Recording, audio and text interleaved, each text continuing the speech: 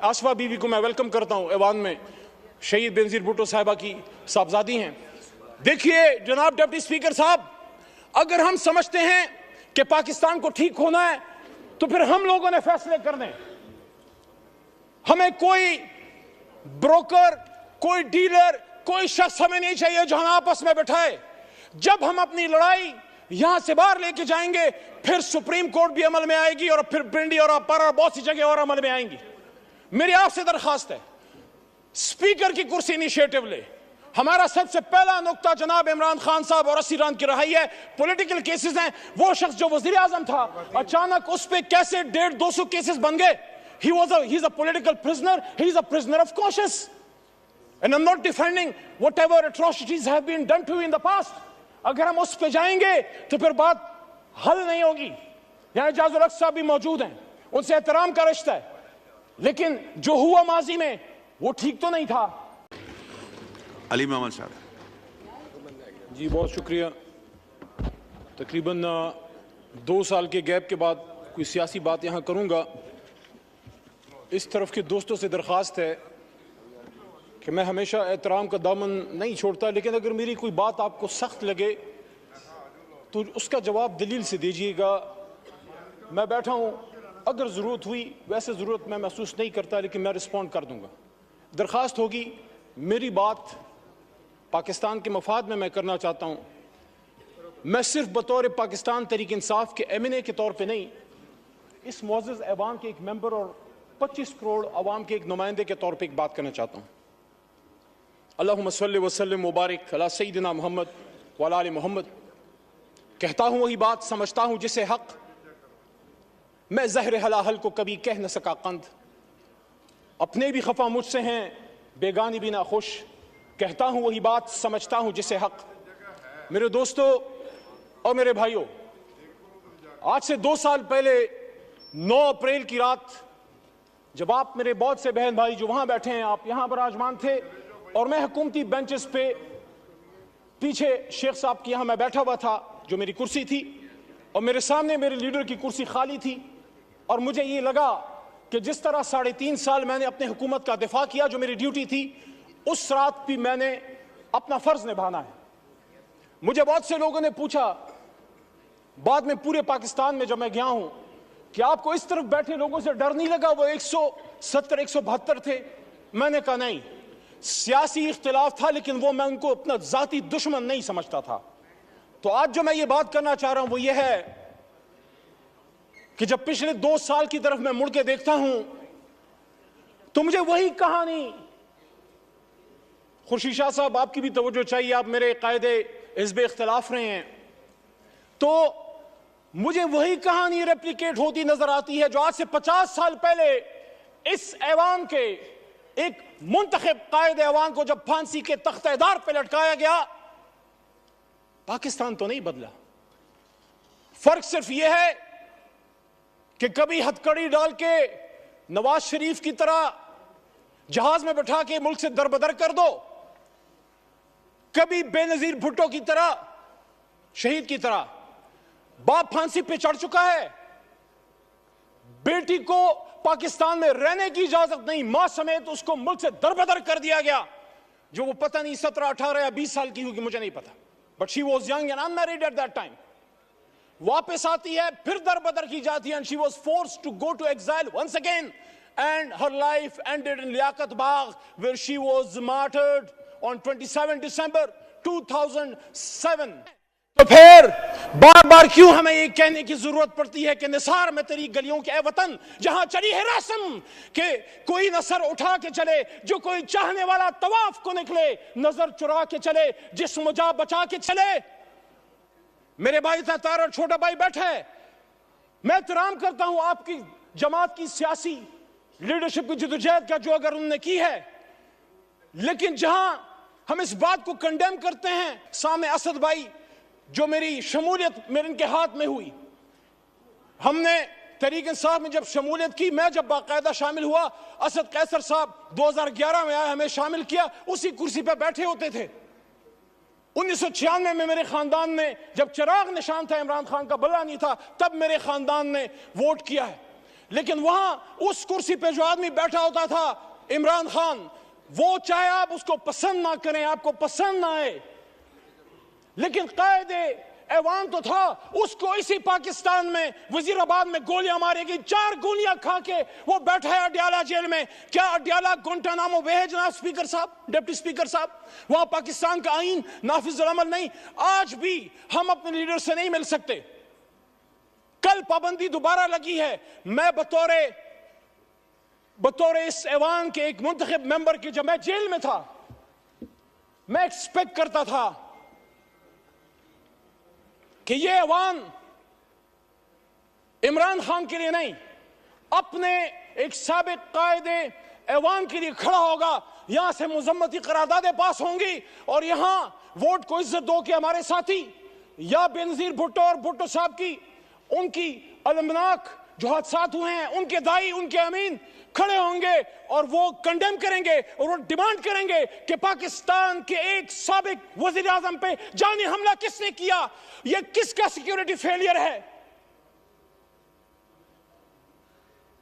वो कैमरे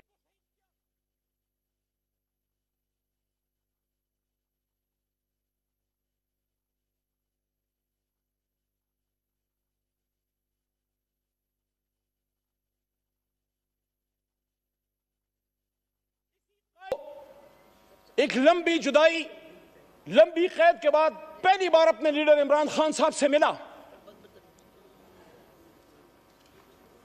उनसे मैंने जब बात की, उन्होंने फतह मक्का मॉडल की बात की मेरे सामने जेल में, गोलियां खा के। और ये आमिर डोगर साहब, चीफ विप साहब इस बात के गवाह हैं, और हमारे साथ सरदार लतीफ खोसा साहब भी मौजूद थे, वो भी इस बात के गवाह हैं कि उन्होंने कहा कि जिस तरह हुजूर सल्लल्लाहु अलैहि वसल्लम की फरमूदात पे गैर मुस्लिमों ने अमल किया। फिर उन्होंने एग्जाम्पल दी नेल्सन मंडेला की ट्रुथ एंड रिकंसिलिएशन कमीशन की, कि उन्होंने सच बोल के पाकिस्तान को ठीक कर, अपने मुल्क को ठीक कर दिया। उन्होंने कहा मैं जाती इंतकाम पे बिलीव नहीं करता, जाती इंतकाम नहीं लूंगा।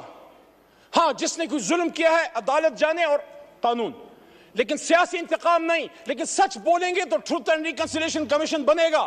ये जो इस तरफ से वज़ीर आज़म के मुशीर, हालांकि उनको हम वज़ीर आज़म हमारा उसूली मौक़िफ़ नहीं मानते, लेकिन एक उनकी तरफ से दावत आई है, राना सनाउल्लाह साहब की तरफ से मुज़ाकरात की, आसिफ जरदारी साहब की तरफ से भी दावत आई मुज़ाकरात की। मैं आज तहरीक इंसाफ की तरफ से ये बात यहां रखना चाहता हूं कि कब इमरान खान साहब ने मुज़ाकरात से इनकार किया? 5 अगस्त को जब गिरफ्तार हो रहे थे, जब उनको उठाया जा रहा था, तो मेरे जनाब डिप्टी स्पीकर साहब, उन्होंने उस दिन भी कहा कि हम सबसे बात करने के लिए तैयार हैं, लेकिन बात की नुकात क्या होंगे? क्या हम सच पे आएंगे? क्या हम सच बोलेंगे? क्या हम सच बोलेंगे? ट्रुथ एंड रिकंसिलिएशन कमीशन के लिए सच्चाई जो है वो पहली शर्त है। आसफा बीवी को मैं वेलकम करता हूं, ऐवान में शहीद बेनजीर भुट्टो साहिबा की साहबजादी हैं। देखिए जनाब डिप्टी स्पीकर साहब, अगर हम समझते हैं कि पाकिस्तान को ठीक होना है, तो फिर हम लोगों ने फैसले करने। हमें कोई ब्रोकर, कोई डीलर, कोई शख्स हमें नहीं चाहिए जो हमें आपस में बैठाए। जब हम अपनी लड़ाई यहां से बाहर लेके जाएंगे, फिर सुप्रीम कोर्ट भी अमल में आएगी और फिर पिंडी और अपर और बहुत सी जगह और अमल में आएंगी। मेरी आपसे दरखास्त है, स्पीकर की कुर्सी इनिशिएटिव ले। हमारा सबसे पहला नुक्ता जनाब इमरान खान साहब और असीरान की रहाई है। पॉलिटिकल केसेस हैं। वो शख्स जो वजीर आजम था, अचानक उस पे कैसे 150-200 केसेस बन गए? he's a political prisoner, he's a prisoner of conscience, and I'm not defending whatever atrocities have been done to you in the past. अगर हम उस पे जाएंगे तो फिर बात हल नहीं होगी। यहाँ इजाजुल हक साहब भी मौजूद हैं, उनसे एहतराम का रिश्ता है, लेकिन जो हुआ माजी में वो ठीक तो नहीं था।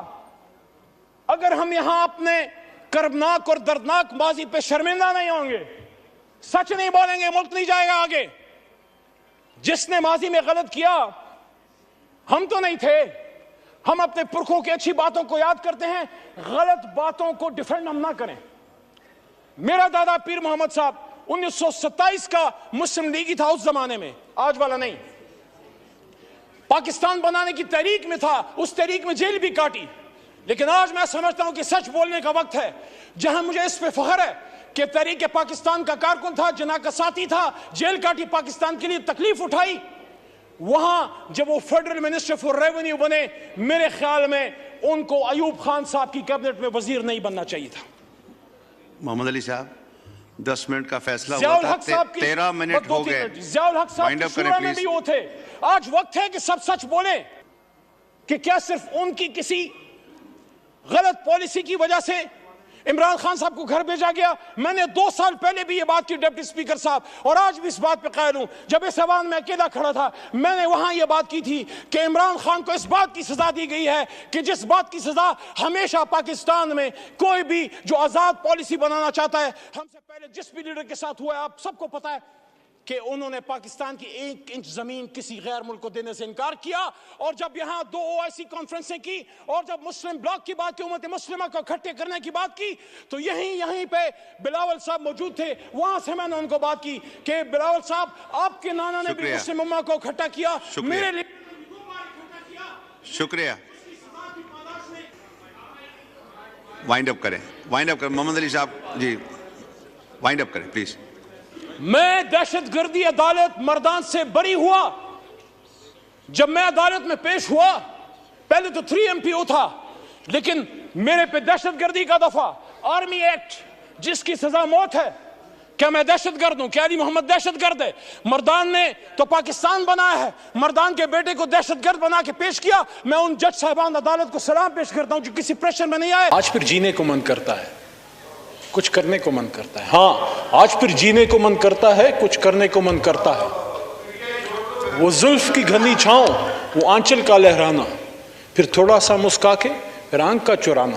पर जुल्म के अंधे साहिल में, बदहाली के इस आलम में, पर जुल्म के अंधे साहिल में, बदहाली के इस आलम में कुछ करने को मन करता है। काश मैं लौटा पाऊं उन नन्हे नन्हे हाथों को, काश मैं लौटा पाऊं उन नन्हे नन्हे हाथों को, वो कलम का पकड़ना और मिट्टी का खिलौना।